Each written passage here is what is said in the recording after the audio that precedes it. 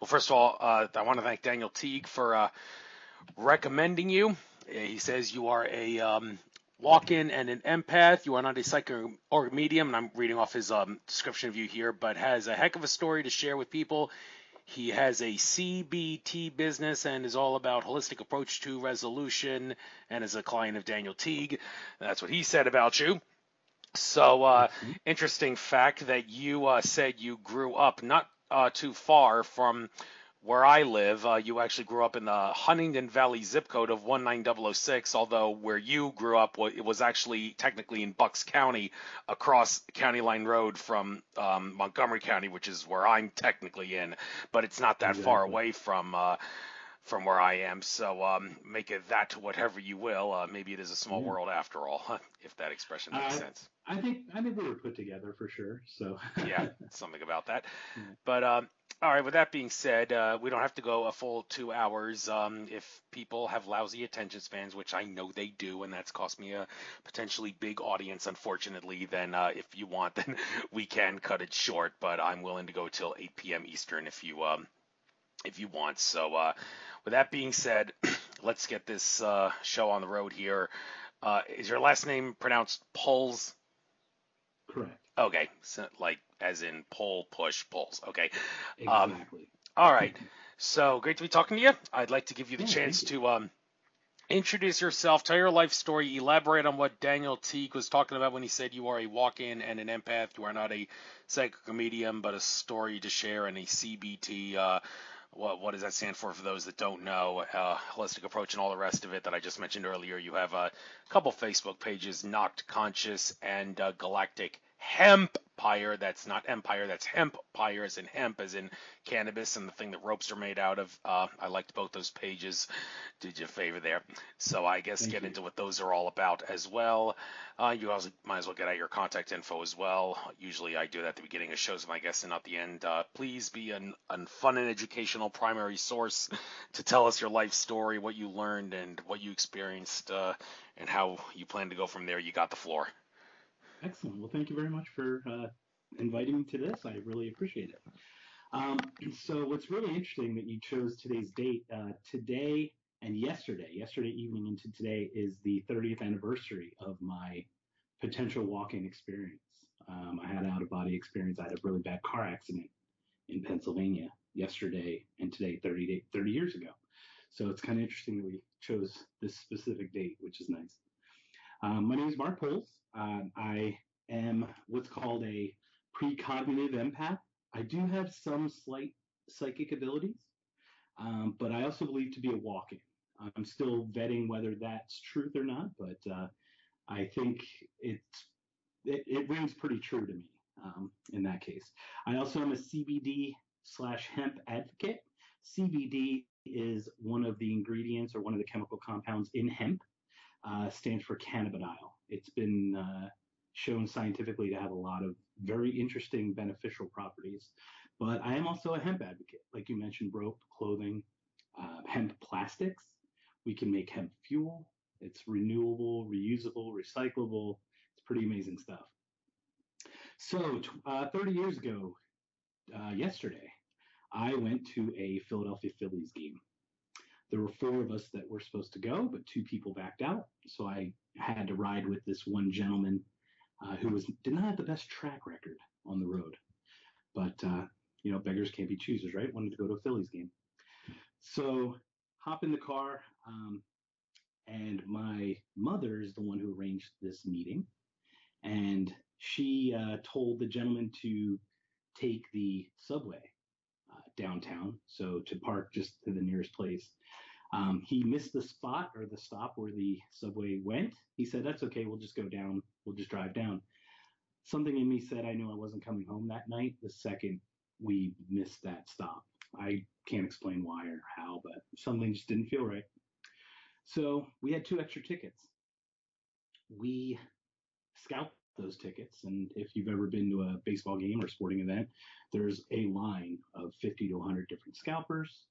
We scalped these tickets to this one particular gentleman, went inside. First or second inning, a young couple came and sat in the seats that we scalped. And I was only 13 at the time, but I was a little rambunctious kid. So I knew we scalped them for what, $5, $10 for the pair, or something very cheap. So I just asked them, I said, hey, where did you get those tickets? And they're like, oh, we got them from a scalper. And I followed up and I said, how much did you pay for them? And she said something like 15 a piece. It was a woman. It was a young woman. I'd say late 20s, early 30s at most. And I kind of razzed her a little bit. And I'm like, you could have bought them from us for way cheaper. So we spent the whole day at the game, or the evening at the game. And on the way home, if you're familiar, and you might be familiar with the Schuylkill Expressway, it narrows down from something like 5 lanes to 2 in a very short span of time. The gentleman who was driving the vehicle was in the far right lane and wanted to merge over, but there was a tractor trailer there. So he tried to outrun the tractor trailer in a 1970s cargo van. You know, that pickup, it's like, it was slow as molasses, but he thought he could outrun a tractor trailer. So he kept staying in the lane that was slowly merging. It turned out to be the shoulder of the road finally. And on the shoulder, there was a gentleman with a flat tire and a police officer, a canine police officer behind him, helping him fix his flat.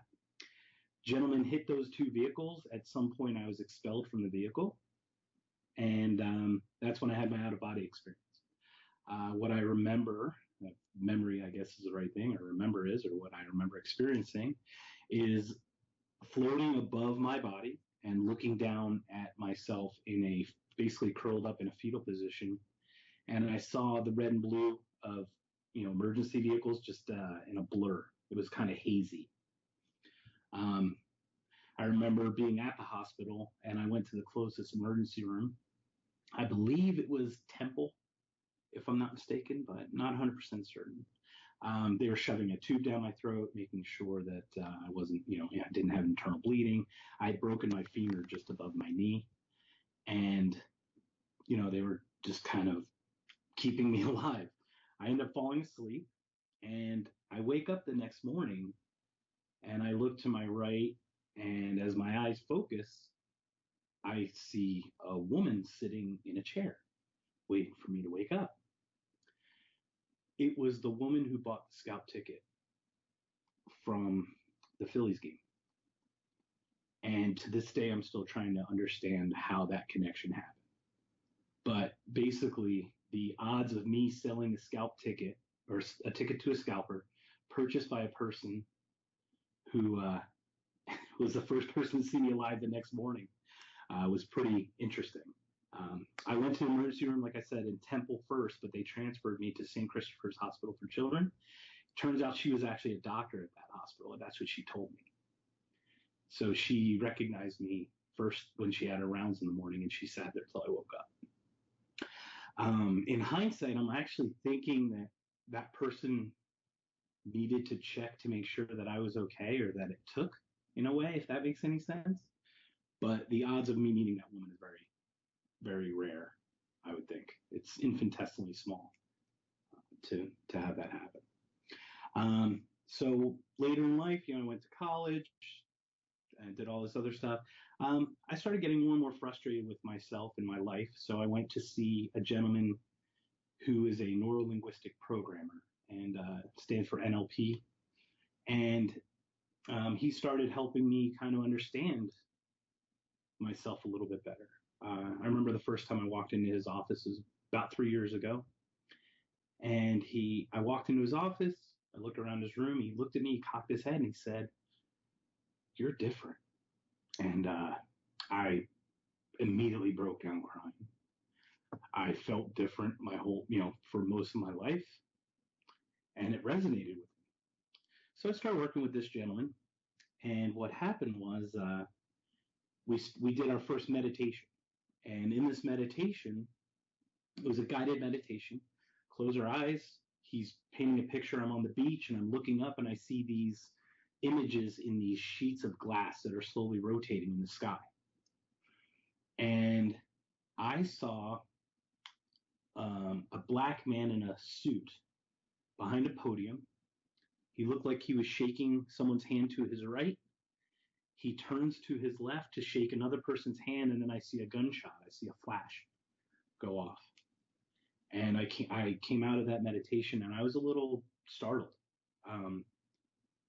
it was pretty jarring for me. So a week later, I had another session with the gentleman, and he basically pointed out my session was on a Thursday. He pointed out the next Thursday that I saw the shooting in South Carolina the Wednesday right before my second meeting. The shooting in South Carolina was back, about 3 years ago. I think it was 2015 with a pastor named Clementa Pinckney. And I think it was 7 or 8 others that were shot in South Carolina in a church. A gentleman walked in and just shot a number of people. Well, it was interesting because that rang true to me. Like I had seen this image, but I needed to do further research. So I started looking up video clips of Clementa Pinckney, and the vision that I had was identical to a portion of a speech he gave with the state senate back in April 2015, a few months before he was shot.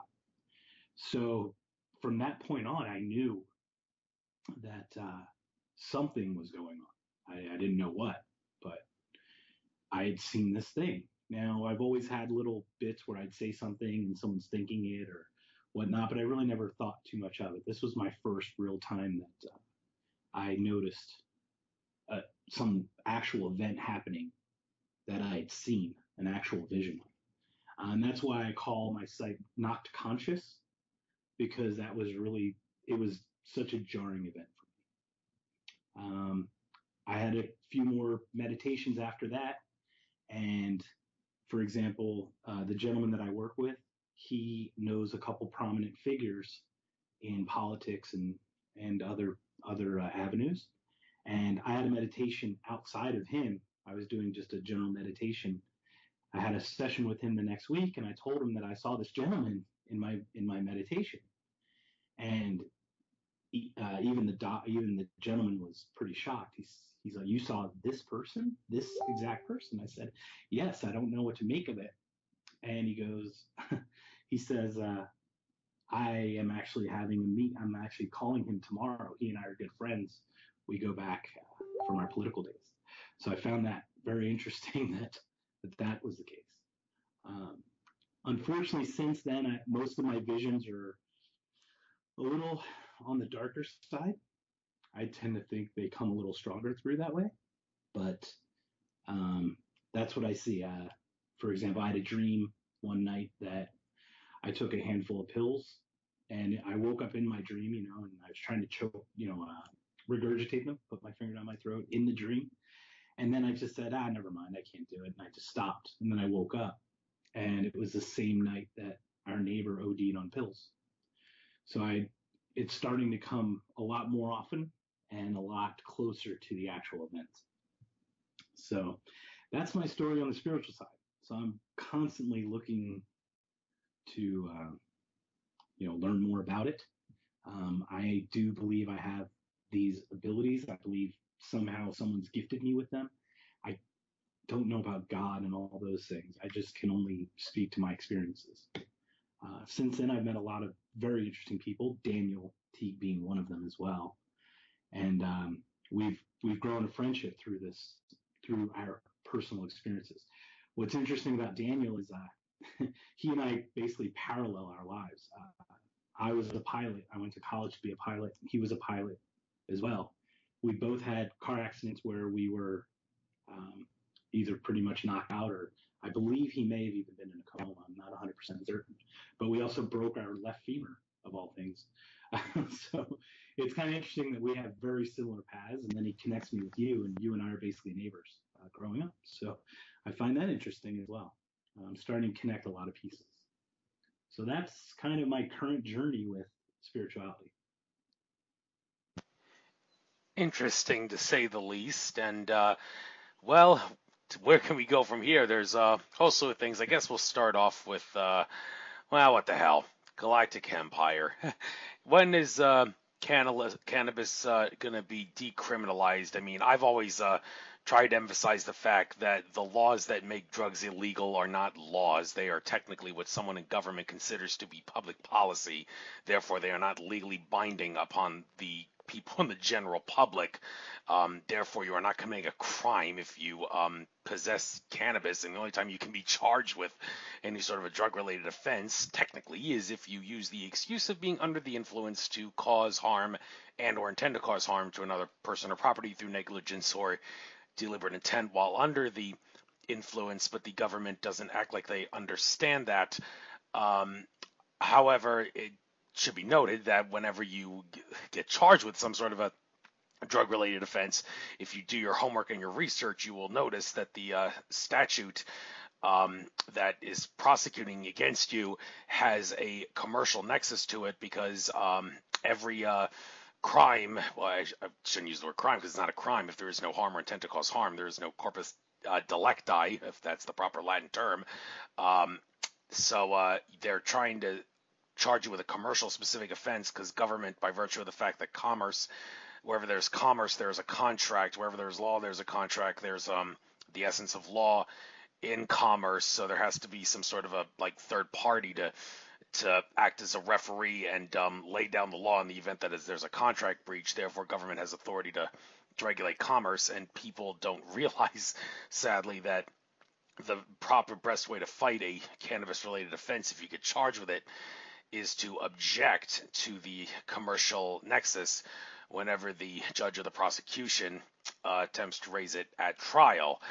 And imagine how many people wouldn't be in the slammer if people realized that was the key to fighting drug charges. You're not going to get any attorney, scumbag lawyer fighting that way for you because the lawyers, even the defense attorneys, they could care less about protecting you.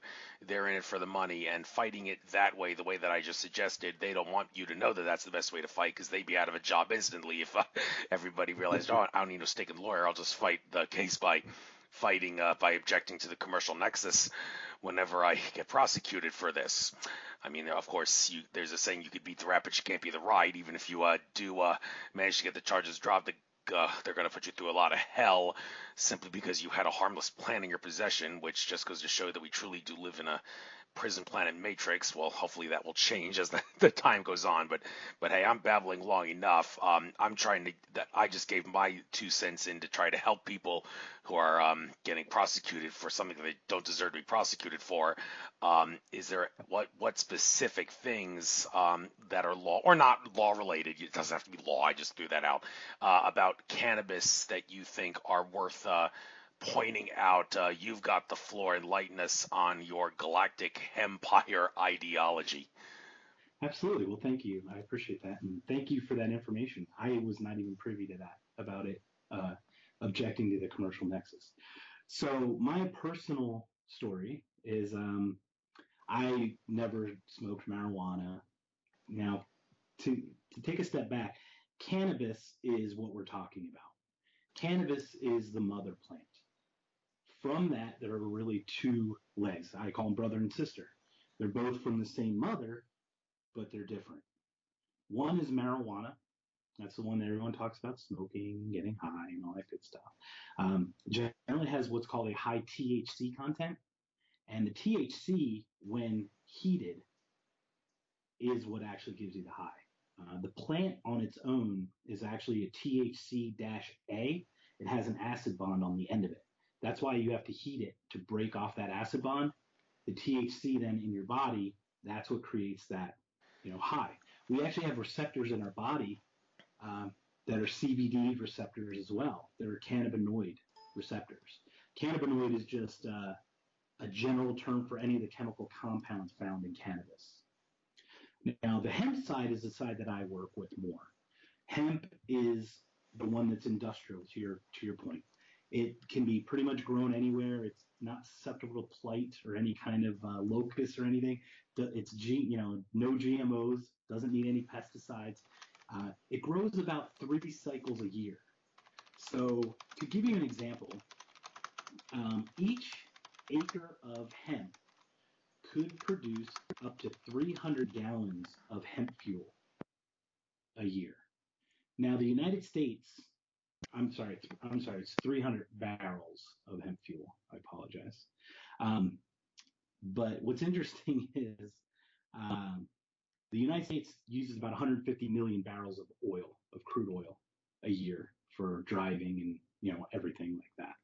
If you had 1,000,000 acres that you could grow this hemp that pretty much grows anywhere, you could have double what the United States uses in fuel alone, and the emissions from it are basically used as fertilizer for the next crop. They're not the carbon emissions that we're getting out of oil. So hemp is the other side. Hemp can be made into clothing, oil, plastics. We can use these things as supplements for our body. Up until the 1930s, hemp was actually grown on farms. There was a part in the United States where hemp was a mandatory thing. It was used for rope and industrial pieces, clothing. It was significant in the War of 1812, of all things. Jefferson, Washington had hemp on their farms. Lincoln grew hemp. Now, the difference between hemp and marijuana is hemp has a low THC content, but actually a high what's called CBD, which is the other chemical compound known as cannabidiol. And that's the one that we're finding has a lot of health benefits. So, 1930s come around, and the other thing that hemp can be made into is paper. So what happened was in the 30s, there were a lot of lobbies out there, right? We talk about who really runs the country, right? Is it the corporations or is it the government or whatnot? Well, in the 30s, a newspaper company and a lumber company worked together to kind of not collude per se, but the lumber was used to make the paper for the newspapers. Well, hemp was a direct competitor to lumber paper. So they came up with this thing called reefer madness, and they threw it together. They threw marijuana and hemp in one group, and they made it quote unquote illegal to grow. I believe in 1937, if I'm not mistaken. So what's funny about it is you've got your lumber company, it steps on lumber. You've got your oil companies, your energy companies. Hemp can be made into energy pieces like hemp fuel. There's another lobby, that you're stepping on the toes of. The benefits of cannabidiol and CBD in your body, we have receptors for them. That steps on the pharmaceutical lobby, So there's a bunch of verticals, a bunch of different companies out there, or different enterprises that hemp basically treads all over. So they just kind of kept it down. Well, back in the day, hemp was in feed for chickens and cows and pigs, and we ate the chicken, cows, and peas, right? And the pigs, and we are what our food eats, right? Well, at one point we had a pretty healthy, steady dosage of or supply of hemp in our body, just because it was grazed upon, and then we ate those animals that grazed upon it. Well, that was about 80 years ago. So what's happened in the last 80 years, health-wise? We've had an increase in diabetes and cancers and all these other pretty serious ailments. And once again, I can't guarantee this, but you can almost trace it back to the generation that we stopped having that even in our diet in general. The company I work with is a multi-level marketing company, and we actually process hemp into oils that we ingest, salves that we put on our body, for pain management, things like that. And once again, my website is galactichempire.com. My email address is galactichempire@gmail.com. If you have any interest in it, please feel free to email me, but I'm happy to talk more about that. Do you have any questions about it so far, Andrew, or is there anything that Well, springs up? yes. One thing, I mean, of course, the benefits of hemp and cannabis definitely outweigh the problems. Of course, the people that want it to be criminalized so bad, there's a multitude of reasons. One, smoking it does open your mind to expanded consciousness, and they don't want that. And also, of course, all the products that the control system uses in the economy would go out of business if the properties of hemp were to use for many different kinds of industry and whatnot were brought to light. Of course, there are some. I can name a few problems though with smoking cannabis. Well, aside from one, some people say that they're prone to getting lazy if they smoke it because they just sit there. Well, that's one thing. That's basically a disciplinary issue. But another problem that I think is worth pointing out. Um, some people say, well, I can't remember my dreams very often. And one question I may ask them is, well, is it possible maybe you're smoking a little too much Mary Jane? I mean, the high may feel good and all, but the unfortunate problem with that is getting high when you're awake off cannabis does decrease the ability for you to remember dreams when you're not awake. And I can name a bunch of people that I know that I can think of that have actually acknowledged that when they stopped smoking cannabis for a little while, they were in fact able to remember more dreams. So it's not an accident by any stretch of the imagination. With that being said, do you think maybe when it comes to remembering dreams, you got to learn how to get high on sobriety? Or, I mean, are you the kind of person that says, well, yeah, remembering dreams is one thing, but there's so many other things that cannabis can do for you that you don't need to worry about remembering every dream under the sun. And you can still, I'm sure, remember a few dreams, even if you do go to sleep high. It's just the likely probability won't be as great. So, any comments on this phenomenon? Yeah, absolutely. Thank you. Two great points. The first one, if you don't mind me addressing that one about becoming lazy, um, in the hemp or in the cannabis field as a whole, right? Because it covers both hemp and marijuana.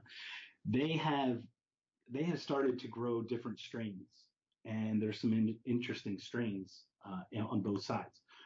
One side is what's called an indica side. That's the one that kind of gives you the really relaxed feeling, the one where you kind of melt in your chair and you don't get up for a couple of hours. That's the indica side. But there is a side called the sativa side, and that one's actually more. It's actually somewhat of a stimulant. It actually helps you focus better. There are people that use cannabis to actually help focus and replace other types of medications for focus and whatnot.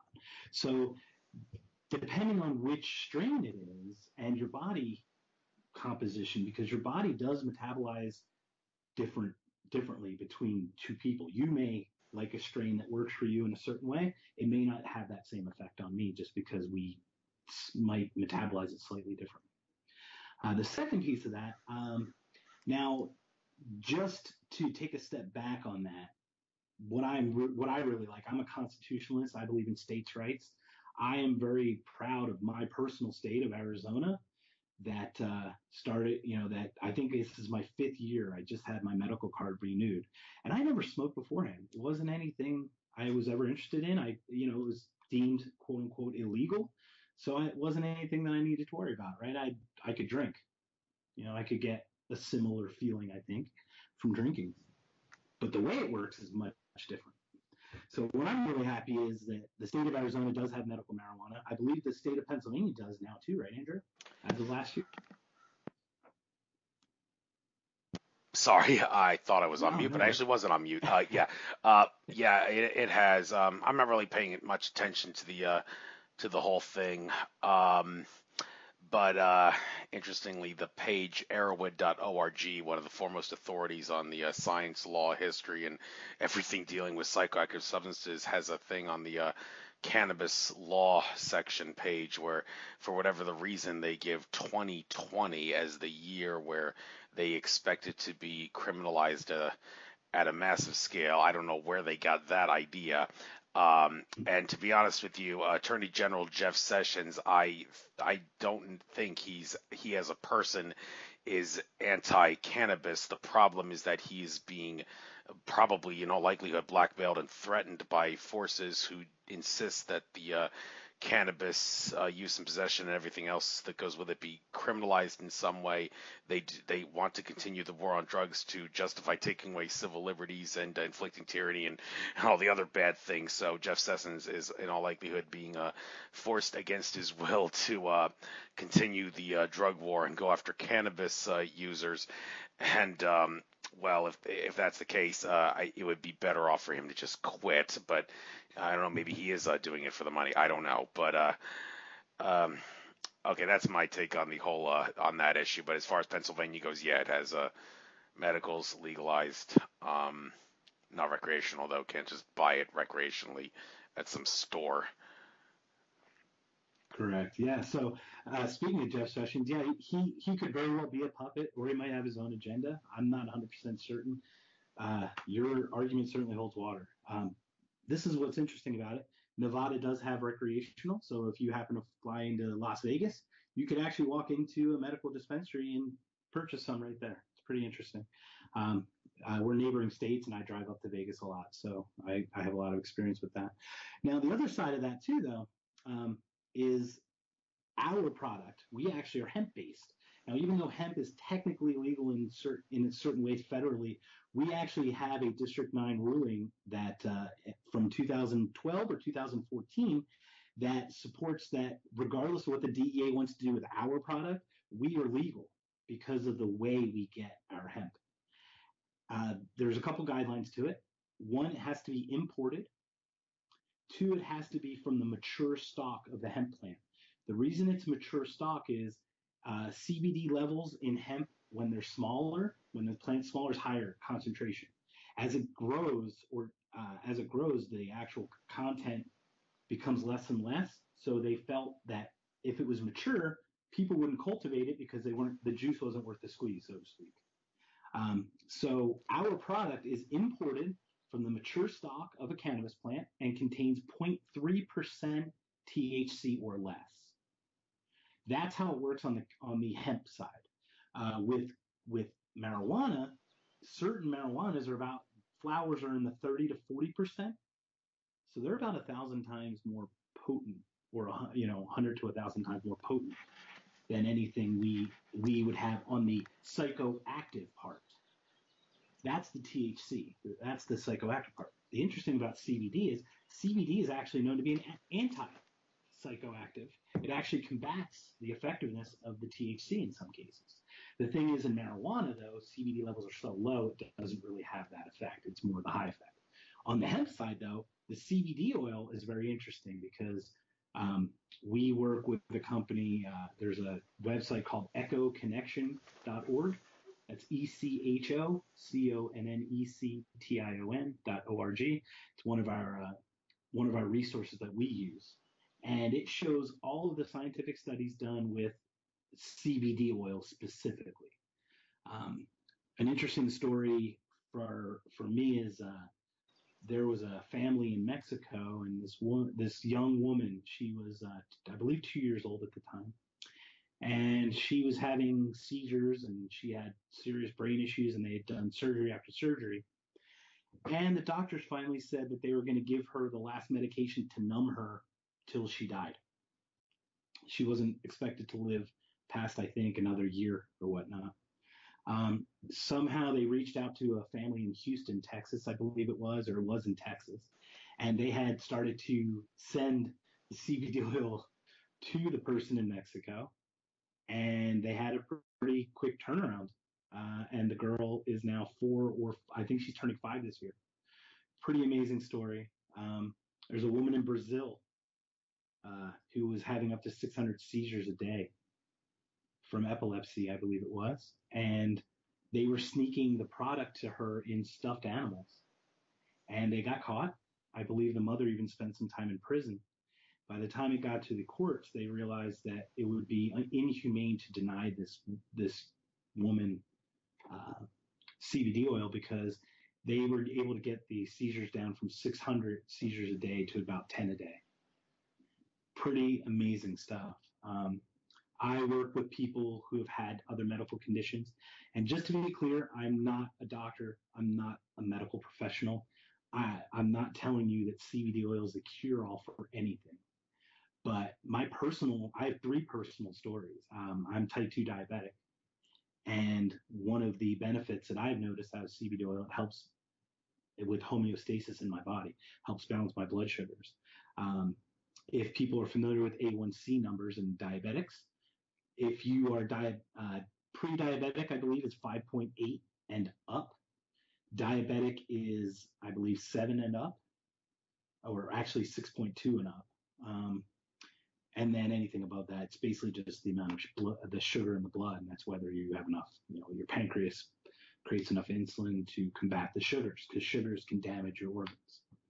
Well, I started taking my CBD oil myself, and I was able to get my A1C at its best was about 6.8, and that's with diet and exercise and some medication that I was prescribed. That medication has its own side effects, so I was trying to get off that as quickly as possible. Uh, Only a couple months into it, I got my A1C down from about a 6.8 down to a 6.2, and I'm basically in the pre-diabetic level, which I could never get to, even on my own. I don't even take the medication that was prescribed to me anymore. I just stopped completely. The second story for me is my ex-girlfriend's father was diagnosed with type 4. I'm sorry, he was stage 4 lung cancer, and they gave him 18 months to live, and he is now well over 30 months. And I found that interesting. The CBD oil, in my non-medical opinion, has actually helped stave off the cancer from growing. It has not spread. Now he does do chemo once every 3 weeks, but they literally gave him 18 months, and he's 30 months in, and it's pretty astonishing. The last story I have personally on the seizure side that I've seen, there was a woman who had 3 different autoimmune disorders. Lupus was one of them. I think she had 2 very rare other ones, but she said she had up to 75 seizures an hour. I think that was the most she ever had. I remember presenting this to her as a supplement to possibly look into trying. And as we're talking, she literally went into a seizure. She froze up and she started shaking. I happened to have the product on me, and I put a couple teaspoons in her mouth of the pure oil that I had. And within a minute, she kind of slowly came out of it. And she said, I don't know if it's psychosomatic or I don't know if it's the product, but that was the shortest length of a seizure I've ever had. It was about half the time it normally took. There's also an interesting video on Facebook. I believe it's like it looks like a white pit bull or dog that's having a seizure. They put a couple drops of CBD oil under its tongue, and within a minute, the seizures completely stop. It is a very interesting chemical, for sure.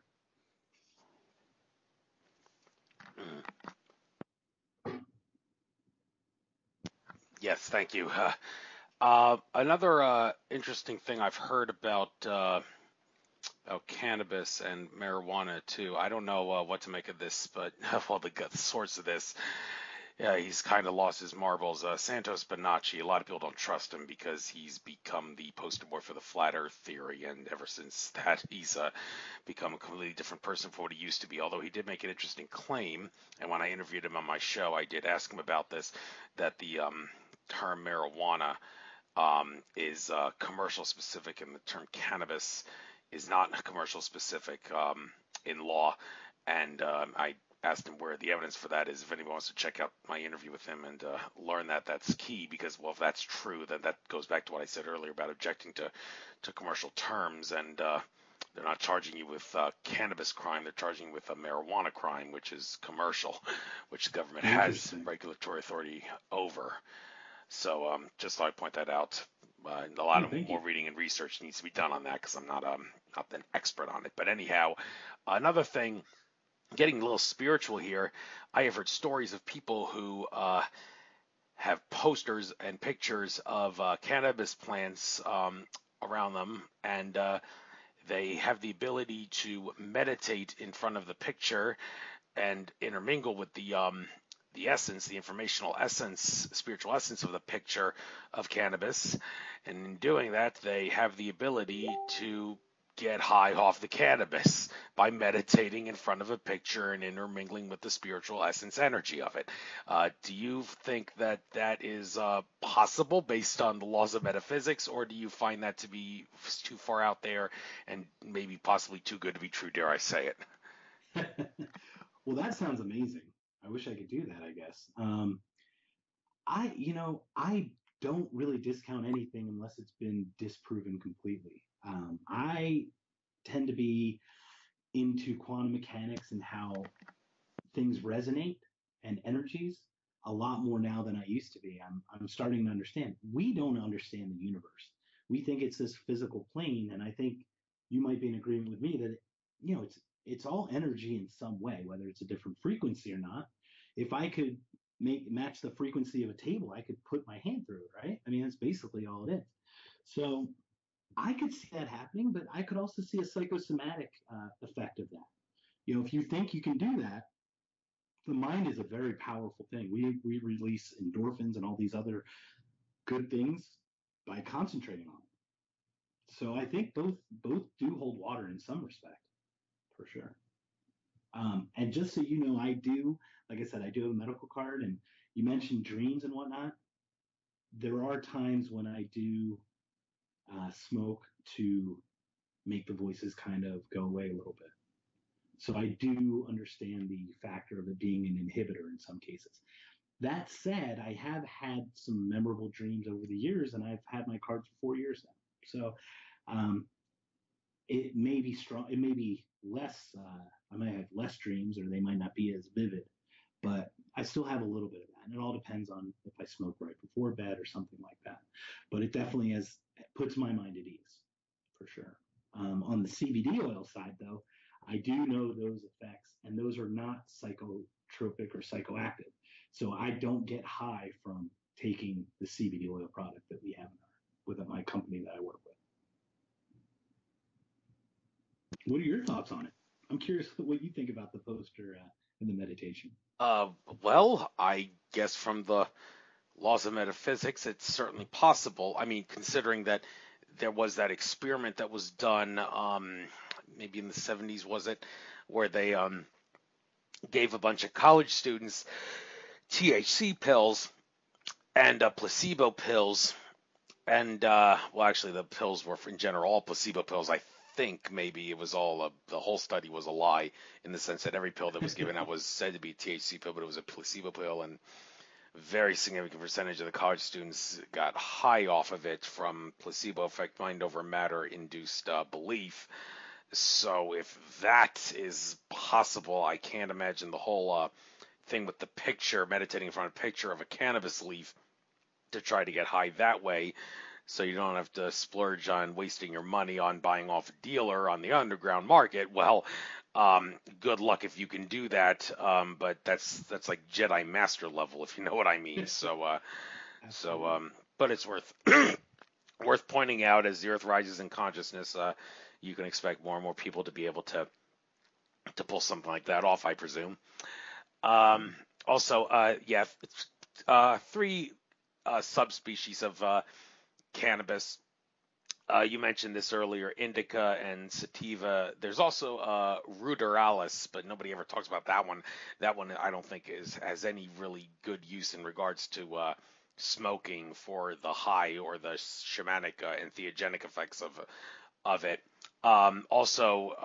Indica, isn't that more like the I guess more the medicinal kind of marijuana that you would want to smoke, and sativa is more the psychoactive one in terms of improving cognitive and mental functioning.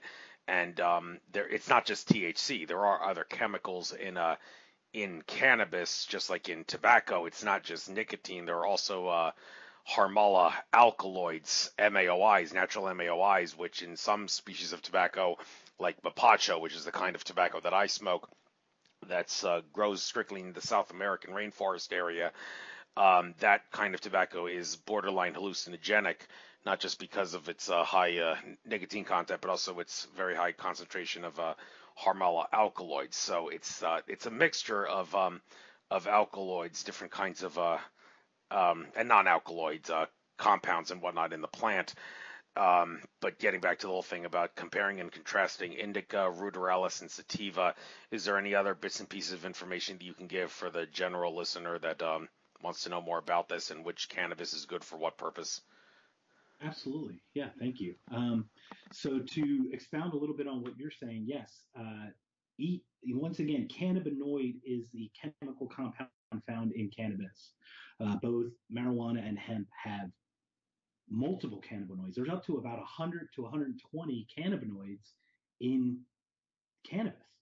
So each of these are different chemical compounds, and I will update my website to show a graph of which cannabinoid has been shown to have which effect on the body. For example, CBD is very good for actually in a petri dish to kill cancer cells, for example, or to destroy them in a controlled environment. Um, some are used. Some of the cannabinoids are actually good for bone regeneration, bone growth, things like that. So there's a lot of different ones, but like I said, there's about up to 100 different cannabinoids inside the hemp and marijuana plants, cannabis as a whole. Regarding indica and sativa, and I'm not familiar with the third type. Third type I would have called would have been a hybrid, which would have blended a sativa and a hybrid and an indica together. But I'd love to hear more about that. I'm going to have to research some more on that. In the indica case, like I said, each strain actually has different effects. If you generally go with an indica, it's generally for pain management, for sleep issues, things like that. It's the one that kind of makes you feel more heavy. It's almost like someone's hanging on, hanging around your neck. Just feel more relaxed, heavy, things like that. The sativa side, to your point, like you said, is a little bit, it's more sharper. So there's more focus and creativity behind that. What's really interesting is with all the different strains, there's a lot of good websites out there. I'll do a shameless plug for one that I like to use whenever I'm looking at a new strain. Leafly.com, Leaf as in Frank, ly.com. You can type in a different each different strain, and it'll actually give you a rating. Like a 5 up to 5 stars, and it'll tell you what the predominant effects are for those. Whether it's euphoria, relaxation, awareness, euphoria, things like that, happy, relaxed, calm, those types of things. It'll give you a general characteristic of each strain as you look them up. So that's a really interesting thing. But yes, you are correct. The indicas are a little bit more for the pain management, the relaxation part. The sativas are a little bit more for the creativity, sharpness, and I guess, a little more hallucinogenic effects in that way because you're sharper. Yeah, and as far as geographic location goes, if you go to the website erowid.org, which I mentioned earlier is like the world's foremost authority on the law, history, science, and everything else dealing with every single psychoactive substance on the face of the earth that you can imagine, synthetic or natural. If you check like the locations of the specific entheogens that have been used throughout history, they say that cannabis is native to 2 locations, India and the Middle East. So I would presume the indica is predominant in India and the sativa kind is predominant in the Middle East, or are there exceptions to that?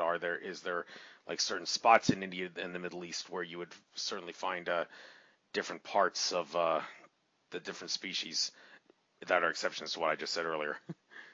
Well, that's actually a great point. I am not that well versed on that. The marijuana that you would get at dispensaries is generally grown in a very controlled environment, not really imported, and they do a lot of crossbreeding on strains. So I would think that the marijuana currently is much different than the natural grown pieces. But that makes sense to me. In India, indica, sativa, with the Middle East, that would kind of make sense. I'm just not informed enough to speak on that, to be honest. But what is interesting, I do know that hemp was actually used by Egyptians back in the BC time for a lot of uses. So I do know that there's a long storied history of the use of cannabis as a whole in one way or another throughout history. Well, yes, and that actually kind of leads into what I was about to mention earlier. You say the Egyptians, about to mention the Egyptians, they definitely did use hemp. There is evidence for that. No doubt they got high off it. Even the founding fathers got high off of it. No question about that. But I remember reading Zecharia Sitchin in his book The 12th Planet, which in terms of the events is extremely accurate. So says Akashic Records reader Andrew Bartzis. Sitchin actually says that the Anunnaki from the planet Nibiru were the ones that introduced hemp to planet Earth. I don't know about that. Can you comment on that in any way? I've heard also that like ayahuasca, that's not native to Earth. Some of the DMT containing plants and maybe the vine might be native to Earth, but some of the DMT containing plants aren't. I don't know, but ayahuasca, they say, did come from other worlds, brought down to Earth by higher level consciousness beings. And Sitchin did boldly assert in his 12th Planet book that the Anunnaki brought hemp to Earth, presumably from their planet Nibiru, which mainstream science has it all wrong, even though Nibiru is in a 3,600-year elliptical orbit in our solar system that takes it far beyond Neptune. The science of how planets can support life in their climates has nothing to do with its distance from the star. That's mainstream science lie. It's a completely different thing. But that's a whole new can of worms I'm not going to get into in this interview. But the idea that the Anunnaki brought hemp to Earth, any comment? That's how I believe a lot of things that a lot of people don't believe. I could definitely see that happen. I mean, if to use an analogy, are you familiar with the Rh negative blood in Oh, humans? I've heard a lot about that. Yes. Okay, so to use that as an analogy, that might be something that other people might be able to relate to a little bit better. Correct?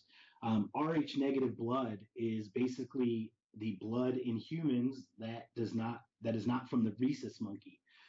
Apparently, our evolutionary chain is directly related to the rhesus monkey, and what we're finding is there about 15%, I believe, of the world has this Rh negative blood, which is not related to rhesus yet. We're humans, right? We're Homo sapiens.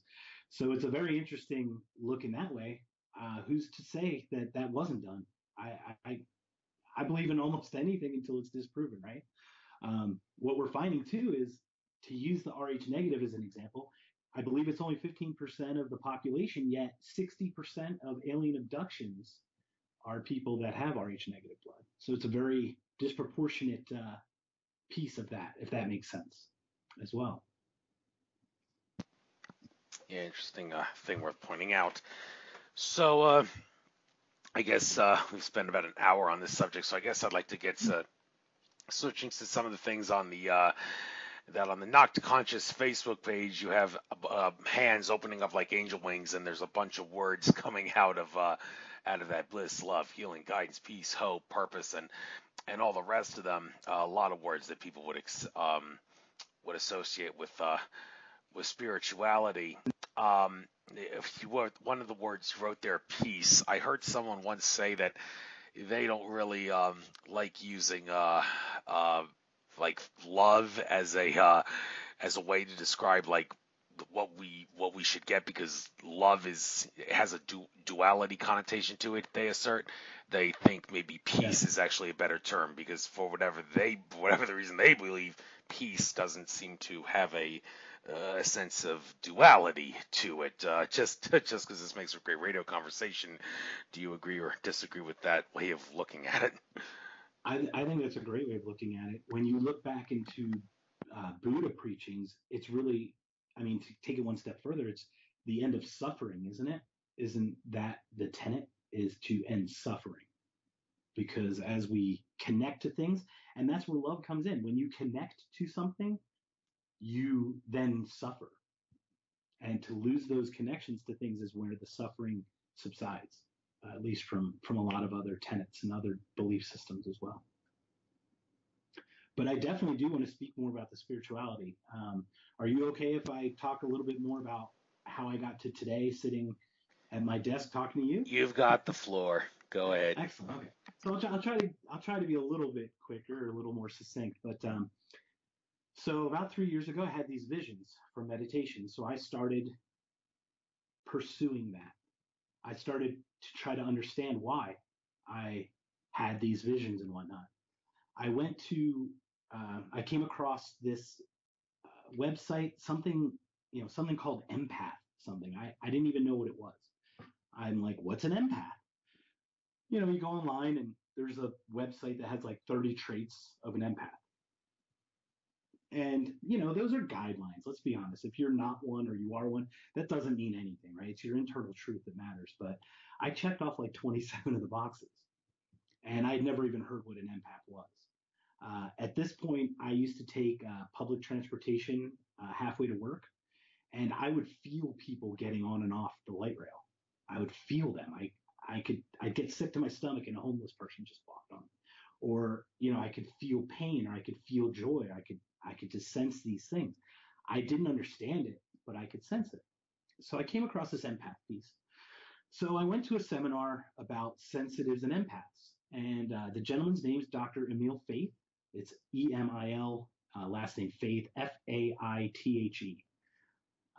And he was doing a seminar about sensitivity and sensitive. He wrote a book called You Are Sensitive. And there were 7 of us in this class. I'm sure you're familiar, Andrew. What's the ratio of men to women? It's about 1 man to every 5 or 6 women in these spiritual classes. Men haven't really taken to it as well, right? Yeah, can't argue with that. So, and that's something where I think the consciousness is really starting to open is among the male population. We're becoming more comfortable with it. So I was in a class of 7 people. I was the only man, of course, and Dr. Emil Faith is actually a medical medium. He works out of Scottsdale, Arizona, and he does these classes. His wife Sue, she's a light worker, so she does energy manipulation. She does pretty interesting work. Well, normally his classes have 30 or 40 people in them, so he never really has a chance to do one-on-one readings in any way. But because the class was only 7 strong or 7 deep, he said, you know what I'd like to do, if everyone's okay with it, I'd like to call you up each one at a time and just go, do a quick medical reading with you. Everyone agreed to it. So being the only man, I'm a, ladies first kind of guy. And to be honest, I'm a skeptical. I look to disprove things. I do not come from the belief. I have an IQ in the 140s. I'm a very, pragmatic. I have a German background. I vet things. I don't just take them on faith. Faith has always been a challenge for me. So I wanted to watch Dr. Faith work with these other people and see his, his timbre, the way he talks and what he says to see, to look for inconsistencies in his speech, looking for the charlatan in him, right? I didn't know this gentleman. So the first woman gets up and he says, oh, you have a little bit of a liver issue, this, that, and the other. Next person comes up, and a lot of the stories are a little similar: thyroid, kidney, liver. One woman, he said, I see something with your heart. Did you just recently have something with your heart? Turns out she was in surgery a month before for some minor procedure on her heart. Well, about 4 women went in, and there's still 2 women and myself. He says, hey, Mark, come on up, sit down with me. I said, are you sure? Please, ladies first. He goes, no, that's cool. Come on up. So we sit face to face. Our knees are facing each other. I put my hands out, palm up, and he puts his hands on mine.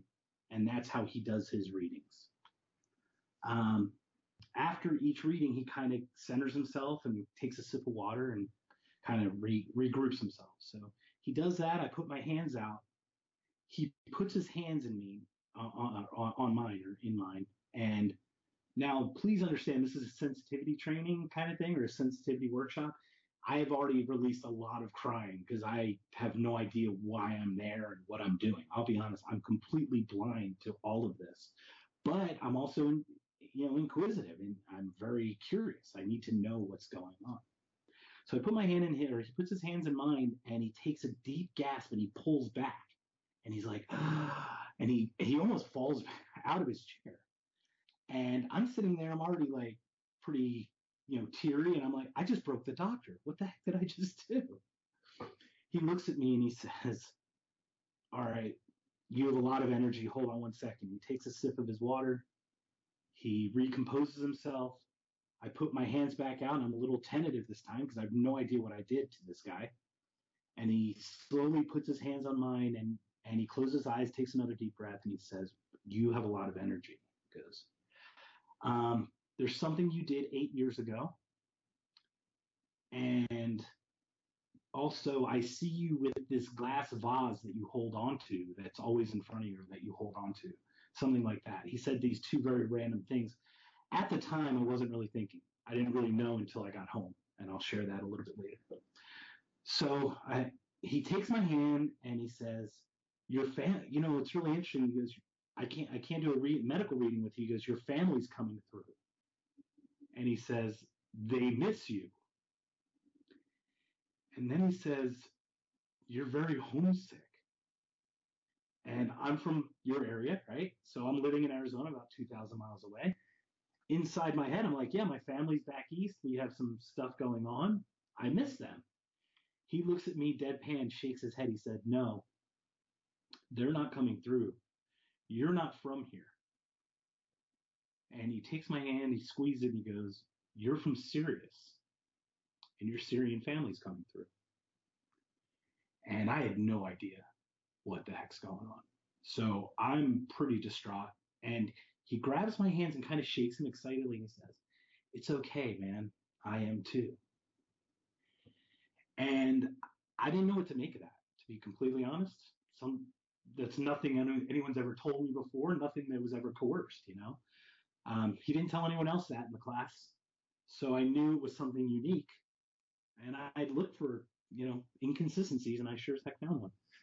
So I go home and I'm starting to rack my brain. What are these two things he's talking about? What did I do 8 years ago that was so significant? Well, I don't have any children, and there was a point in my life where I decided I didn't want to have children, and I had a vasectomy 8 years prior to that point. And with the family coming through and the way he kind of spoke about that, me doing something 8 years ago, I believe that's what he was talking about, was me not continuing my family in a way. But what's really interesting is I don't have like a bong or like a pipe that I smoke out of for marijuana, but I do have like a vape pen. It's got oils in it that's a little more concentrated. And I kind of keep my hand on it during the day because it keeps the oil kind of soft and like, warm in my hand. And I'm going, what's this glass thing he keeps talking about that's in, that I'm holding in front of me? I look down and boom, there it is. So I knew that he was speaking some kind of message because those are things that no one else really would know about, especially people who don't know me.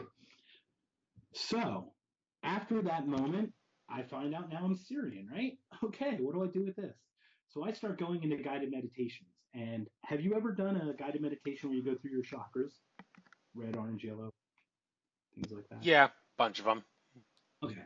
So I was doing a guided meditation and it wasn't happening. I had my eyes closed. I saw waves of purple, like a deep purple indigo color, whatever that color is, started going into what I would call the third eye, right between my forehead, with my eyes closed and kind of swallowing up into this circle. All of a sudden, the circle turned yellow and it looked like an eye of an animal or someone. And the best way to describe it is it looked like the Baltimore Ravens logo, where it had that purple and it was a raven with its eye looking at me. Next thing I know, I see black and I see waves of purple, but then I see, like lines. You ever watch like Star Wars where they go into hyperspace and those lines, the stars go by so quickly, it's like lines? That's kind of what I experienced. And the reason I knew that I was being taken there or transported is because we were doing a guided meditation where consciously we're trying to go through red, orange, yellow, green, blue, indigo, and violet. We're trying to go through all of the chakra colors and whatnot, but it's not letting me go there. It's taking me somewhere. I feel like I'm being transported. Next thing I know, boom, I just stop and I'm in front of this blue ember like I'll call it a planet, but I don't really know what it is, but this celestial body that was this bluish embery color. It looked like it was like embers in a fire, but blue instead of red. And I heard whispering in my ear. It said, "Oh," it said home. And I just was like, I was still meditating. Turns out they start pulling everyone out of the meditation. I start coming out. I start coming out so quickly, I start hyperventilating. I almost pass out on the floor because I feel like I'm in space. It was the weirdest thing. I start breathing heavily and everything. And I go home and I'm like, what did I just experience? I heard home. I saw this blue thing. And then I put the pieces together. Dr. Faith had said something about Sirius. And I go and look up Hubble telescope pictures of what Sirius looks like. And wouldn't it be crazy that it's exactly what I saw in my meditation? Yet I had no idea. So, once again, it's another puzzle piece to the whole of what's becoming me, that this rings true to me. I don't know how, but it does. After that, I decided to do a past life regression. I will share the past life regression on my website, but what's really interesting is, have you ever done a past life regression, Andrew? Yes, I have. How was your experience? Could be better, could be worse, as the old cliche goes. But I think in the end it was definitely worthwhile. Excellent. Hopefully we can talk about it sometime. So what happened for me was, and I don't how past life regressions is, they put you in a deep state of meditation, almost like a trance. And I had actually decided to have the person record the past life regression so I could reference it later. Well, what's really interesting is the woman is talking me into this hypnotic state, or this deep meditative state. She's counting backwards from five. Five, four, three, two, one. You're walking through a garden. You walk down these stairs. You open the door, and supposedly this big door is that virtual way to go to your past life. And you generally go to past lives that matter in this life. It might not be the one right before this one, but it's one of them, because there could be some healing that needs to be done or something like that. Well, on the recording, you hear the person counting down from five, clear as day, five, four, three, two, one. She says, you approach the door, you're opening the door, and you are there. And it was a 2 hour long regression. And at about a minute and 45 seconds into this recording, it went wonky. It started going wobbly. It started going wah, wah, wah, wah, wah, and making all these noises. None of it's legible after I go. When she said, you are there, everything just stopped. So I know there was some kind of connection to something. I don't know if it's EVP or some kind of thing that the recorder picked up, but it gave me goosebumps when I heard it the first time. The first past life regression I went to, I was a purplish non-corporeal mist in blackness, and I felt myself being pulled here to Earth. I believe it was my previous state before coming here. And there was another non-corporeal entity that I was being pulled away from. And I remember in the past life progression, tears out of the sides of my face, sides of my eyes as I was lying down. I said, I'm being pulled here. They're making me go. She said, why are you coming? I go, they're making me. I don't want to. I don't want to come. And it was a very shocking, it was a very interesting experience, to say the least. I wish I had a recording of it. The interesting thing is, the second past life I went to two of them during that regression. I was a 3 foot, grayish, brownish skinned clone alien. I was part of a flight crew, and I was in charge of propulsion. And we were either observing a supernova or some kind of scientific event, and we either got caught up in the supernova of a star, or we got caught in a meteor shower and we were destroyed. So those were my two past life regressions. They weren't on Earth. It was very odd for me. Thank you for enlightening us on that experience. Past life regression, very interesting thing to do, very useful thing to do. Some religions wouldn't believe in something like a past life, but that's all more have to do with why religions are brainwashed. So anyhow, moving on to something else I noticed here on that little banner you got on the Not Conscious Facebook page, Zen. Now, anybody who types like Zen meditation or something into YouTube will find a video that plays like really relaxing music and whatnot. But one thing about Zen that I I really get a kick out of was there was this documentary program of sorts on the Science Channel called An Idiot Abroad that aired not several years ago, and this the guy who was traveling the world from he lived in the UK. I think it was he went to Japan, got the chance to meet a Zen Buddhist in his home, and the one thing the Zen Buddhist was doing over and over and over again was cleaning his house over and over and over again in the same way over and over and over again. And when the idiot abroad, title character, was able to finally leave the place and tell about his experience, he said, "Okay, that dude, that Zen Buddhist, that's not Zen Buddhism. That's OCD." I mean, seriously, who's going? How can you possibly benefit from cleaning your house over and over and over? And I mean, you've cleaned it once. What's the sense in doing it again in the same day? It's kind of really unhealthy, one would have to assert. But for whatever the reason, Zen Buddhists think they get something from it. Can you comment on that in any way? About or is Yeah, not, yeah. sure. I find that interesting. I would think that routine for someone in that discipline, I can only argue the discipline needed to get to that state of mind.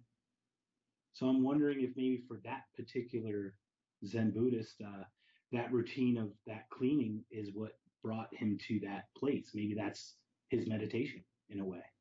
Um, we all have cathartic and very um, interesting routines that we do to give us peace of mind. Maybe that was his.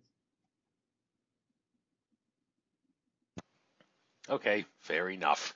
As the old cliche. How about what are your thoughts on it? Well, I wouldn't dream of cleaning my place up repeatedly over and over and over again in the same style. I mean, there's better, more constructive things to do with my life than that. So, but is it always OCD? No. I mean, it's the faith that the religious faith he follows says to do that. Well, then is that brainwashing? Well, I'm not even going to get there. We know that's an agree to disagree kind of issue that Sure. people following the religion are definitely going to be on the disagree side with me on there. But Okay. all right, another subject here, another word I see, forgive. Now, people who follow the work of the late Dolores Cannon would say this is of the utmost importance because Dolores has made it clear you can't expect to. I don't know why I'm yawning so much. I don't feel tired. Maybe it's the residual solstice energies or something. I don't know. But Could anyhow, it be our just ignore energies? that when just It ignore that could if be you us. yeah. It could be us together. I mean, I get in weird things when I have a coffee with Daniel. We get into these weird things where I come home and I start vibrating. So who Okay. knows, right? Well, Who who knows? knows? Well, whatever the case, forgiving is, according to Dolores Cannon, the ultimate thing you got to do to be able to resolve karma. But when it comes to how do you forgive someone who did something really bad to you, and if someone does something really bad to you, is it fair to only blame yourself? Zulu shaman Credo Mutwa said that the best advice anybody ever gave him was it was his mother's advice that you have no one to blame but yourself. It's a manifestation of the law of attraction.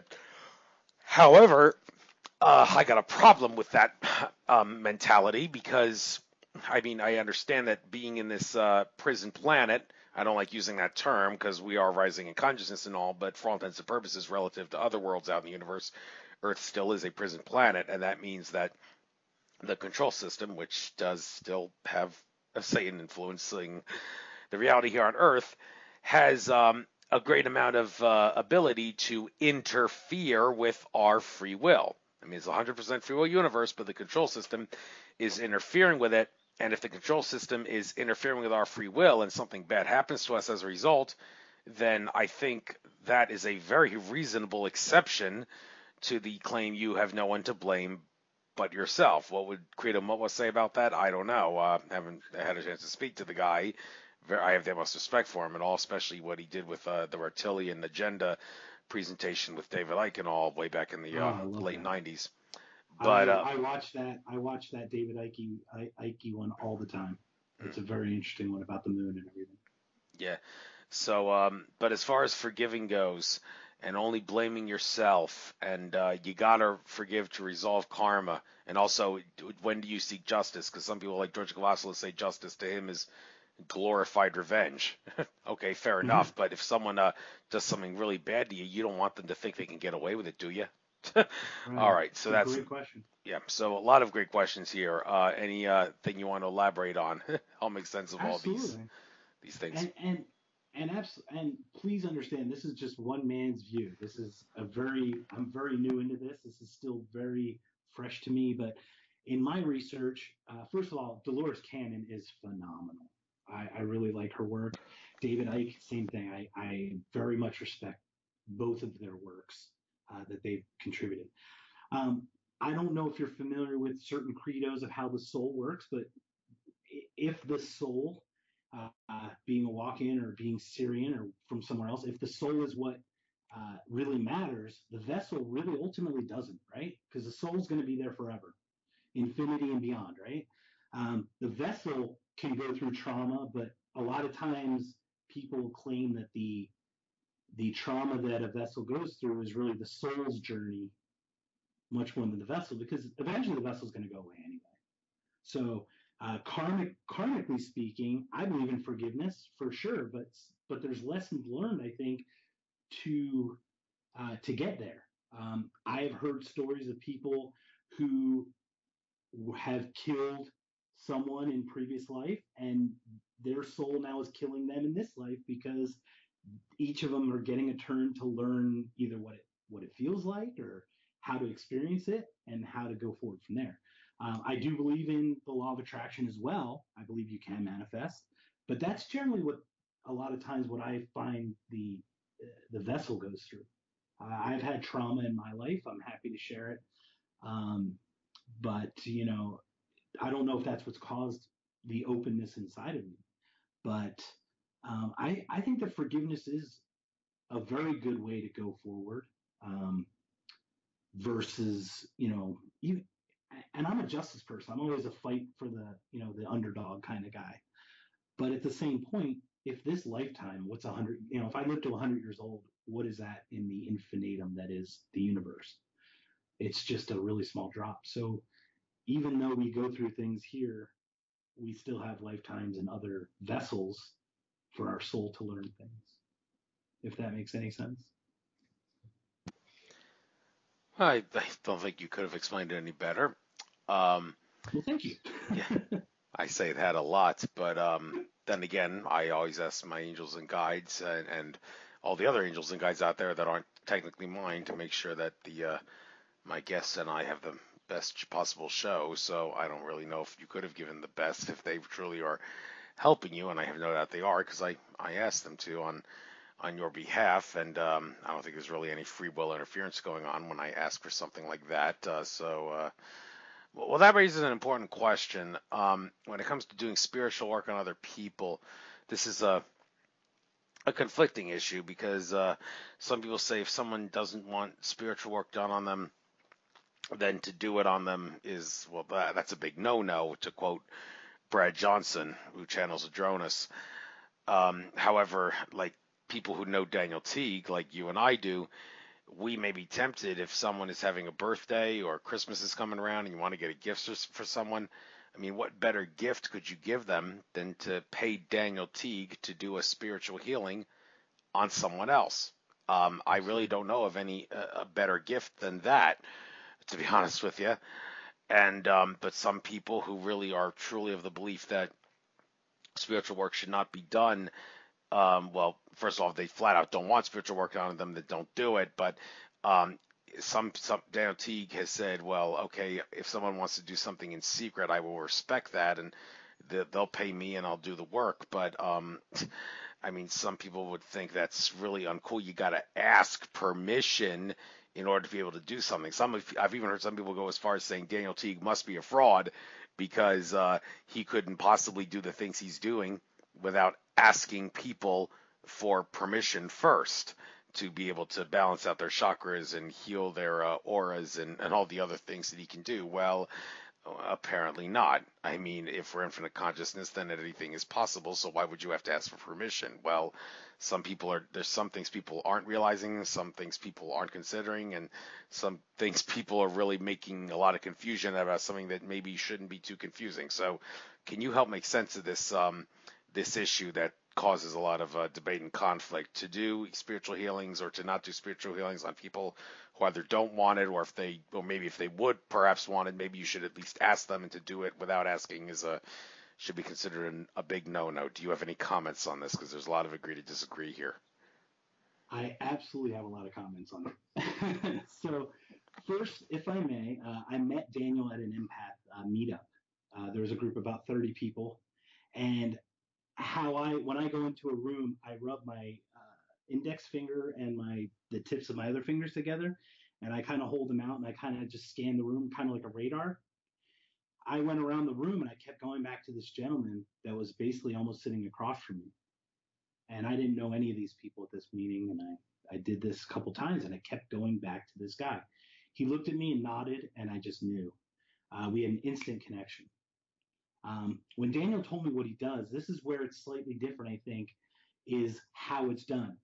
I don't want to speak for Daniel, but we do lump what he does as in the realm of spirituality, but his work is actually done on an energy level. It's actually below the spirituality part. It's my personal opinion that the work he does not require permission, because he actually doesn't access technically the soul. He accesses the energy around it. So he's done chakra balances. He's done cord cuttings for me. I've had this weird feeling in my walk-in closet. I actually had an experience where a shadowy figure shot out of my walk-in closet, grabbed my blanket, and physically was pulling it off of me. I remember white knuckling, holding the blanket as this entity was pulling it off. I asked him to scan the room. I didn't tell him what it was. He goes, "You have a portal in your walk-in closet." He said, "You have an energy portal." He stood and he said, "I'm going to close it for you." He closed it, and I paid him, obviously, because it is a service. And he closed that portal, and I haven't had anything since. It's been very interesting. So what Daniel does works kind of on a subset of spirituality.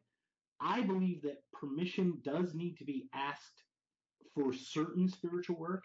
And I believe the reason that is by saying yes consciously in your vessel, that will allow the spirit or the soul inside to be open to accept the change. I'll use a weird analogy. Imagine forcing someone to go to Alcoholics Anonymous, or forcing them to go to a clinic for a drug problem. If they don't want it, I will almost guarantee that it will not work.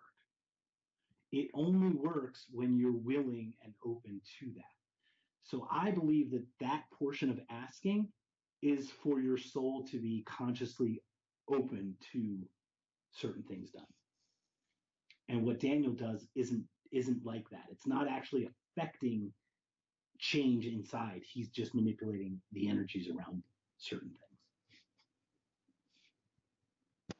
Well, yes, I do feel that there is some sense to that. There is some truth to how that may be, why that, to make sense of the whole thing about permission, why you wouldn't have to do it if it's truly just below the spiritual level. I mean, he says I operate at the spiritual level, but when he says that, maybe he doesn't truly mean strictly the spiritual level. It's just the best word that he can use to describe the area by which he works. And in fact, one of the guests I had on a couple days ago, Stephanie Gerard, who Daniel also recommended, she even made it clear that he's more of a down-to-earth spiritual practitioner, if that makes sense. Seems like a paradoxical oxymoron, but I've met Stephanie as well, and she's done readings for me.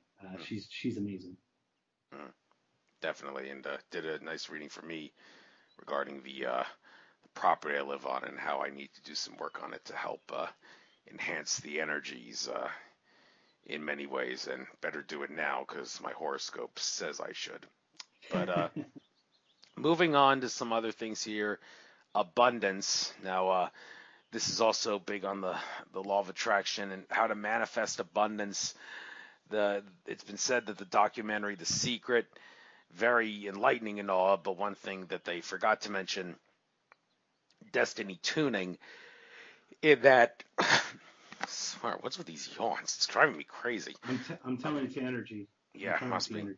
So anyhow, yeah, and I just took a brain force pill at 6:30 to help me get through the rest of this interview. It doesn't seem to be stimulating me in regards to that. But although I'm not, like I said, I'm not tired. It's just these yawns are very spontaneous, coming out of nowhere. But anyhow, I'm fighting them myself, by the way. So. The abundance phenomenon and how destiny tuning factors into it. You got to make sure that you're giving out a frequency that allows for abundance. And if you have some sort of a subconscious and subliminal block, like perhaps caused by your parents arguing about money all the time when you were a kid, causing you to think money is bad and all that.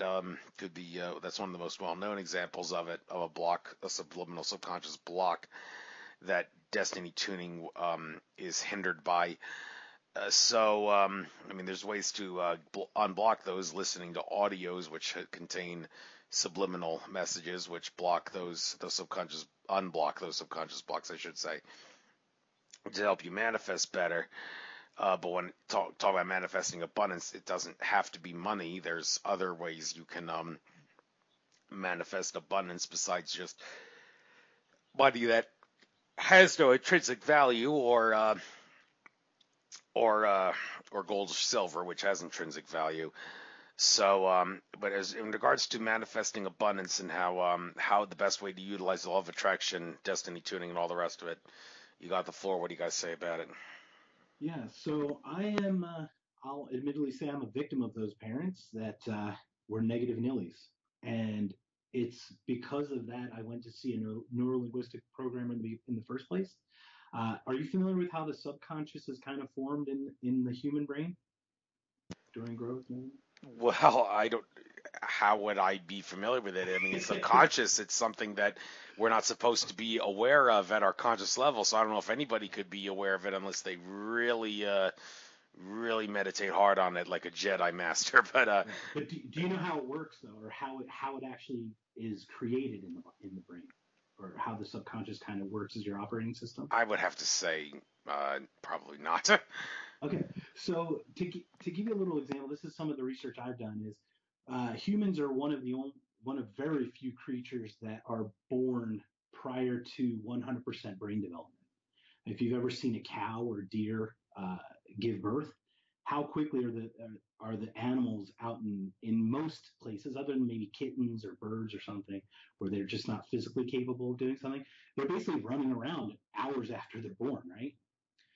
Well, what's interesting about the human brain is I believe pregnancy is triggered at about 20% brain growth or maturity. And we're not self-aware until about, a year and a half, 2 years old. And the brain becomes about 100% mature at about 7 or 8. So between about 2 and 7 or 2 and 8 is really where 99.9% of our future selves are kind of created with this background operating system in the subconscious. So if you're growing up and you've experienced trauma or certain things like no, no, no or negative things, those tend to become your operating system as you get older. And until you actually address those blocks in the brain, those are the things that generally hinder you.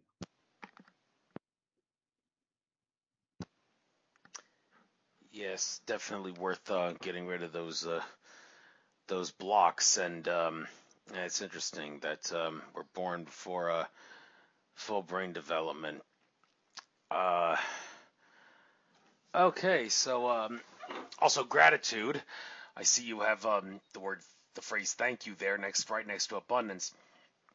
They say it's very important to try to maintain a feeling of gratitude. These yawns are driving me crazy, man. You do have high energy. It's driving me crazy. But Sorry. it's all right. No need to It's really apologize. interesting. If I may, Andrew, what's really interesting about this journey for me is, like I said, I am a skeptic. I've come into this realm of something completely out of my norm. And every person that has some kind of inkling into the spirituality has given me feedback about something I've done, and I don't feel like I've done anything. So, but it's really interesting how it parallels every person I've met in this spiritual realm.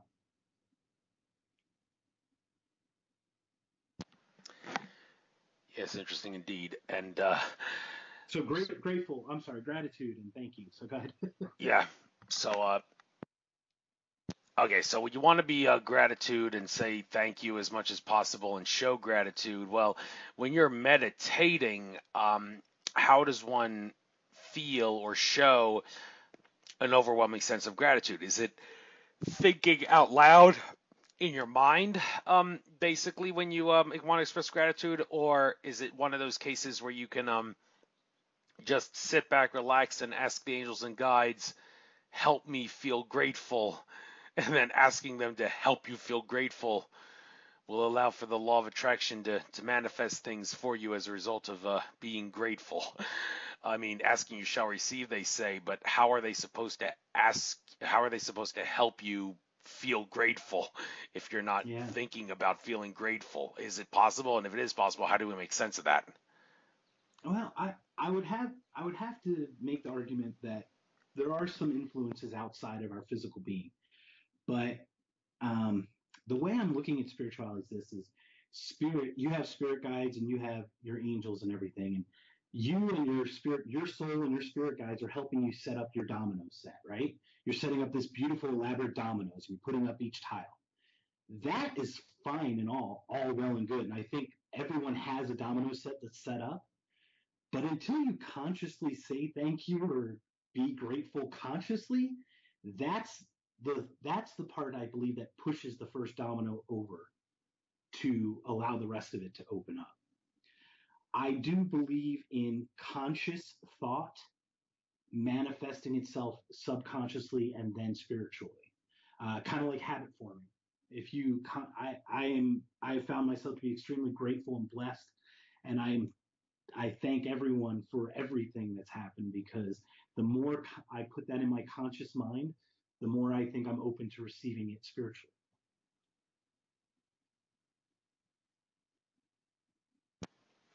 Right. So, little debate here as to how much is subconscious and conscious. I've heard like 95% subconscious, 5% conscious. Although I think David Icke on at least one occasion has said, nah, no, no, no, it's 100% subconscious because the consciousness is all an illusion. Well, some would say, well, that's a ridiculous way of looking at it. I mean, in this reality, you can't possibly go full 100% subconscious and say it's everything, even if there is the whole truth behind space and time and being in illusions. To actually say 0% of it, give Right. a 0% label is kind of ridiculous. So, any comments on If it this? was 100, yeah, absolutely. If it was 100% consciousness, I don't believe David Icke could do a presentation. I mean, if it was 100% subconscious, right? He had to consciously put his papers and his notes together to present. So I believe in a hot in I believe the subconscious steers us. But if we can bring those subconscious thoughts out into the open, for example, some of my subconscious issues growing up were very negative. They were extremely traumatic. But now that I am consciously aware of that, I am now able to, I wouldn't say control, but definitely help steer the ship or maybe help provide winds to blow a different direction to steer away from those subconscious sabotages that I've gone through my entire life, if that makes any sense.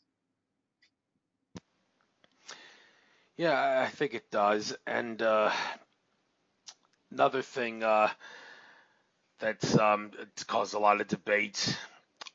Getting a little off the deep end here when we're talking about extraterrestrials and all. Let's But go deep. I love it.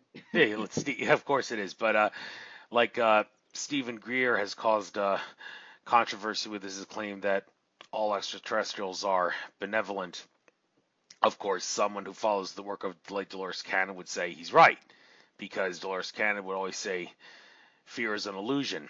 So if fear is an illusion, then of course all ETs are benevolent. But then again, many people hear that and say, well, that's a ridiculous and silly way of looking at it.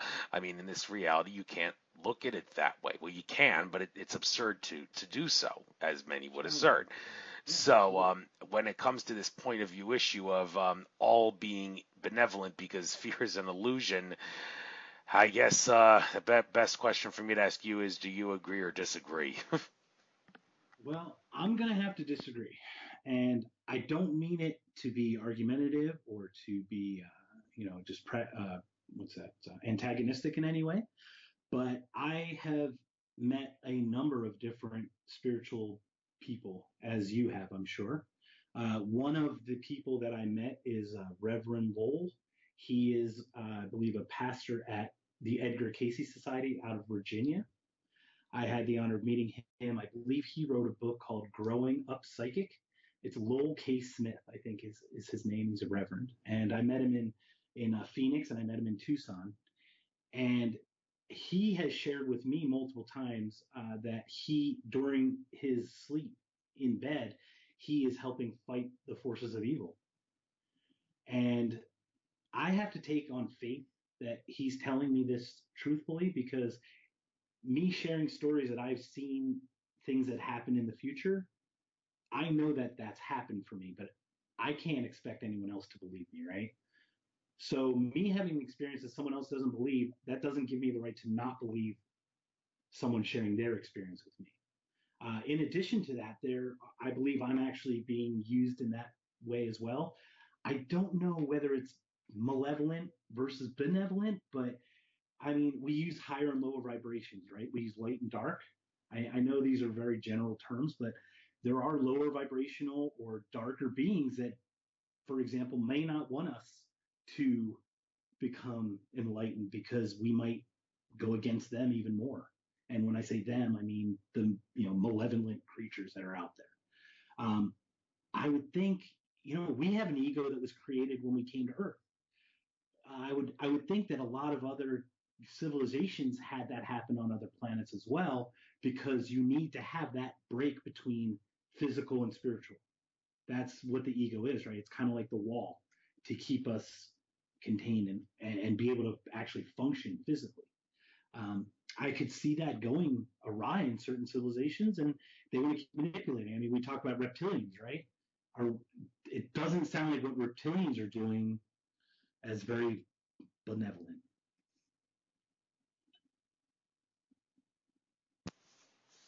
Right, right. And when it comes to focusing on these evil forces, got a lot of criticism from some people for focusing on them and talking about them. I mean, there's the conflict that you give them energy when you talk about them and think about them. But I mean, if your intent, and this is what I assert, if the intent of the person who's thinking about and talking about the evil forces is to talk about them and expose them and shed light on them and educate people about them with the intention of putting a stop to the evildoers and the evil forces, then you are most definitely not giving any power or energy to the evil forces, because your intent is not to give them power. It is to put a stop to it.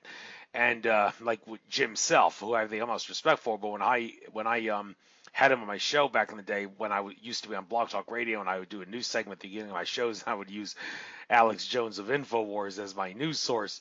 He apparently finds Alex Jones to be utterly appalling, and because of all the fear porn. And Sure. he was like, when I let him on the air, the first thing he was like, "Okay, where are you going with this? How can you talk about this stuff and expect to have a good show? You're giving the evil forces energy." And I said, "What are you talking about? My intention is to put a stop to an evil forces, so I'm not giving them energy." And well, he and I guess, agreed to disagree. Well, he said, "Well, maybe even if you are right about that, do you not want to spread love? Are there not better ways to do it?"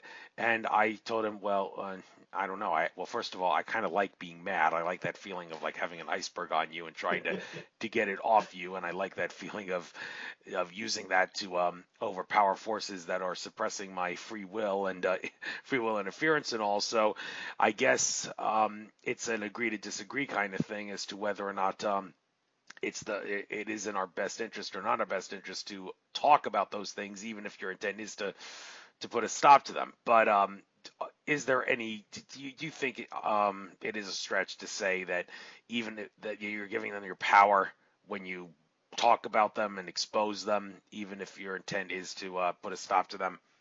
Is that a mistake? Yeah, Belief? I would agree with. I think I agree with you. Let's use a world example. When as Hitler came to power and we started exposing the atrocities, that didn't give him more energy to do anything. That exposed him so that we could combine our quote unquote good to combat his evil. I think acknowledging that it's out there doesn't add energy to it. To your point, the intent isn't to add to it. It's not to profit off of it or anything like that. The intent is to expose it and to counter it with things like forgiveness and with the higher vibrational feelings, if that makes any sense. Well, I think you explained it pretty well. If you want to agree with me, hey, I'm glad you do. But Well, I mean, I do. I mean, I can see if you get caught into it, you could definitely become part of that. But I believe, once again, I think that once we're aware of quote unquote good and bad or whatnot, then we can consciously work with that. And that will allow our soul to help work with it better as well.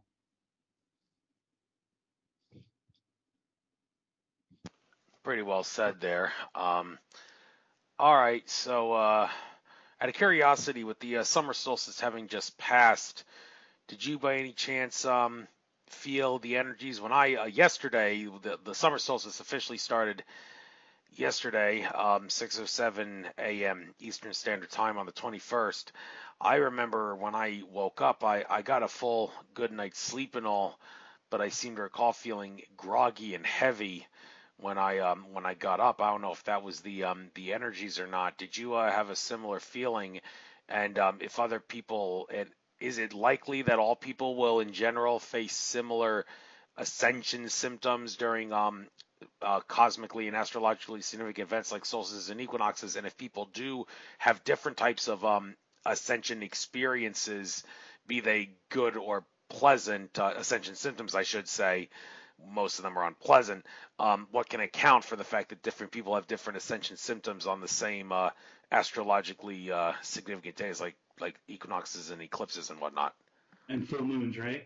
Yeah. Of course. I'd love to say that it means nothing. I really would.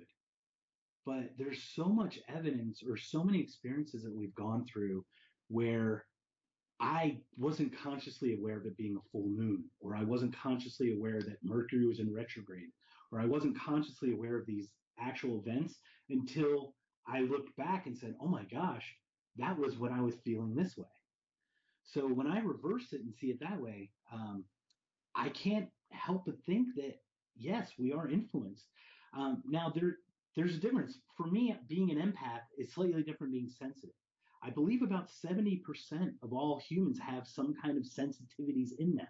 I mean, we've seen animals act very erratic during high tide, low tide, full moons, Mercury in retrograde, things like that. Or do you remember last August? It was lunar eclipse, solar eclipse.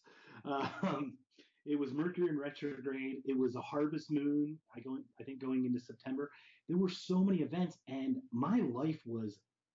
I don't know if I can curse, but my life was pretty much shit in August and September of last year, and I would almost attribute it all to just crazy things that were affecting me directly.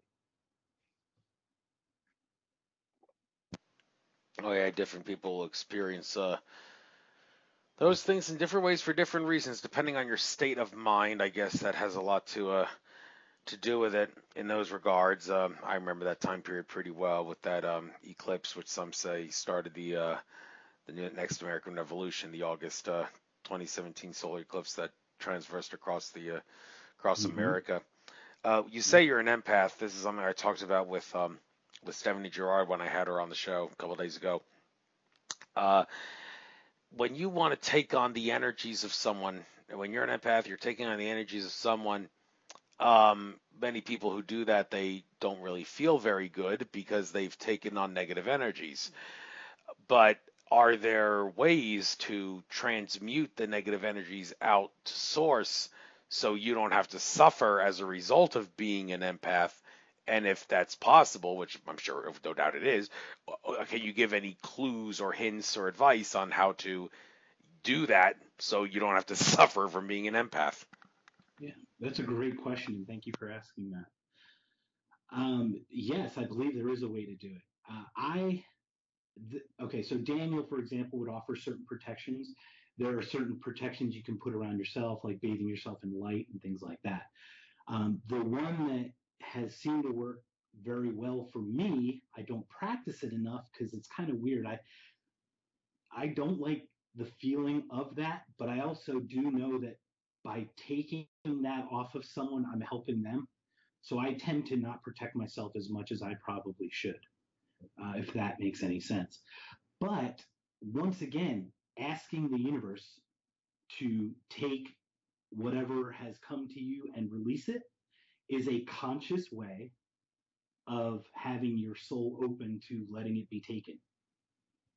Um, so we talk about, we are consciously asking the universe, our spirit guides, our angels to take this away. That conscious act, like a mantra, for example, works very well for helping transmute those energies and get them taken away from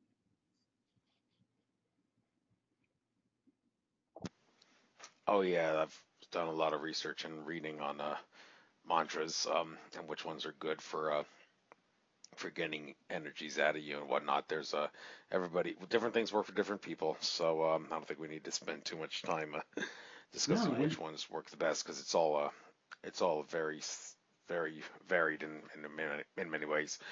and to be honest, it doesn't even matter. As long Yeah. as it works, it doesn't matter what the mantra is. It could be, sugar pops, lollipops, or something, and it could be anything. Whatever works for you is what works. But I believe in consciously asking for the release. That's what allows, I think, the flow of the spirit and the physical to both work together to release energies like that. Mm, well said. So, well, I don't know how much longer we can go with this. We've been about on for an hour and 50 minutes approximately. So, might as well bring this to a close now. Give you the chance to give out anything that you like, anything that you want to conclude with. Once again, if you want to give out your contact info, even if you did at the beginning, you can do it again. And anything that you see for the future of humanity, and anything that you want to point out, any advice or anything else. So you got the floor to conclude this interview. It was a pleasure having you on. The energies were certainly felt, as evidenced with all the yawning I was doing, even though I don't actually feel fatigued. So that felt pretty good. I must say. I say it feels good.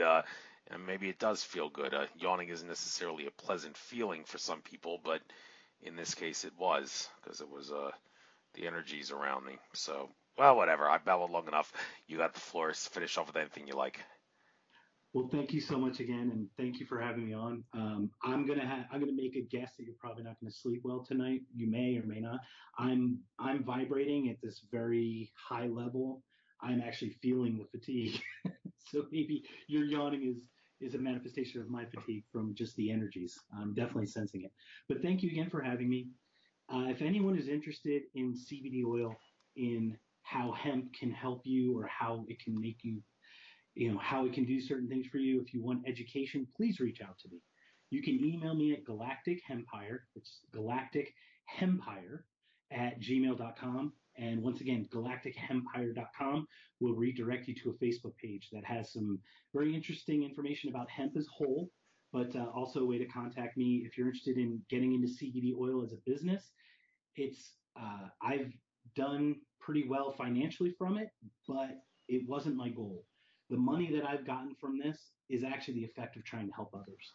So I always look at the effect of the financial benefits that have come to me have actually come not as my goal. They've been the result of my goal. And my goal is to really reach out to people and help them feel better about themselves and feel better physically and even mentally because I know the benefits.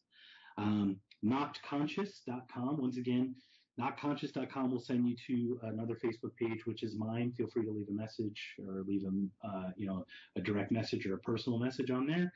I am very new into the spirituality, but once again, being a pragmatic person and what I've actually experienced, I can't deny that there's something. I don't know what it is. I would never argue with someone about what it is. I'm only here to share what I feel. I hope that everyone shares what they feel it is, and we can all come together and just share. No one has to be right. No one has to be wrong. We can just be.